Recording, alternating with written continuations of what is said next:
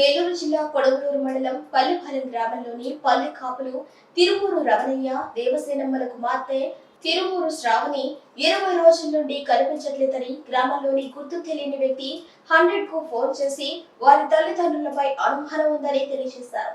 ఈ విషయం తెలుసుకున్న కొడవలూరు పోలీసులు రంగంలోకి దిగి శ్రావణి యొక్క తల్లిదండ్రులను విచారించగా బయటపడిన నిజాలు ఇలా ఉన్నాయి. తిరుమూరు శ్రావణికి 3 సంవత్సరాల క్రితం బుచ్చిరెడ్డిపాలెం గ్రామ పరిధిలోని ఓ వ్యక్తితో వివాహం జరిగింది.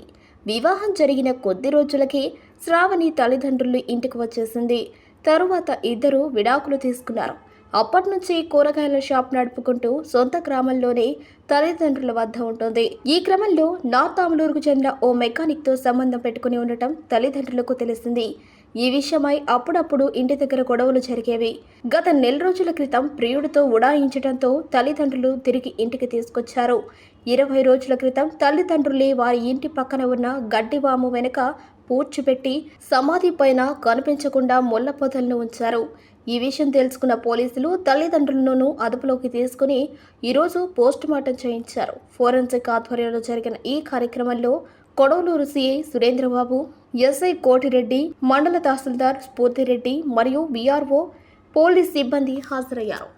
కొడవలూరు మండలంలోని పల్లిపాలెం గ్రామంలో ఒక వివాహితైనటువంటి శ్రావణి అనే అమ్మాయి గత 20-25 డేస్ నుండి కనబడట్లేదు, వాళ్ళు ఇంట్లో వాళ్ళు ఏదైనా చేసి చంపేసి ఉండొచ్చు అనేటువంటి ఒకటి రూమర్ ఒకటి స్ప్రెడ్ అవుతూ ఉంది గ్రామంలో. అట్లాగే విఆర్ఓ గారిని కన్సల్ట్ అయితే కూడా ఆయన కూడా అదే విషయాన్ని మాకు రిపోర్ట్ చేసినారు.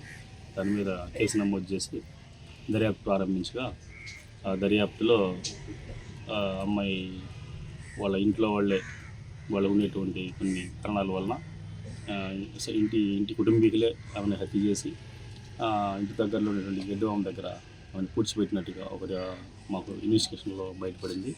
దానికి గాను ఈ రోజున తహసీల్దార్ గారిని, ఫోరెన్సిక్ ప్రొఫెసర్ గారిని కూడా తీసుకొని వచ్చి ఇప్పుడు బాడీని ఎగ్జిబిషన్ చేయించగా ఆ అమ్మాయి శవం కూడా బయటపడింది.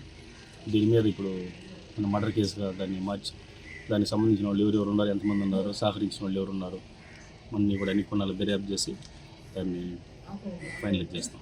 ప్రస్తుతానికైతే కేసు ఈజ్ అండర్ ఇన్వెస్టిగేషన్.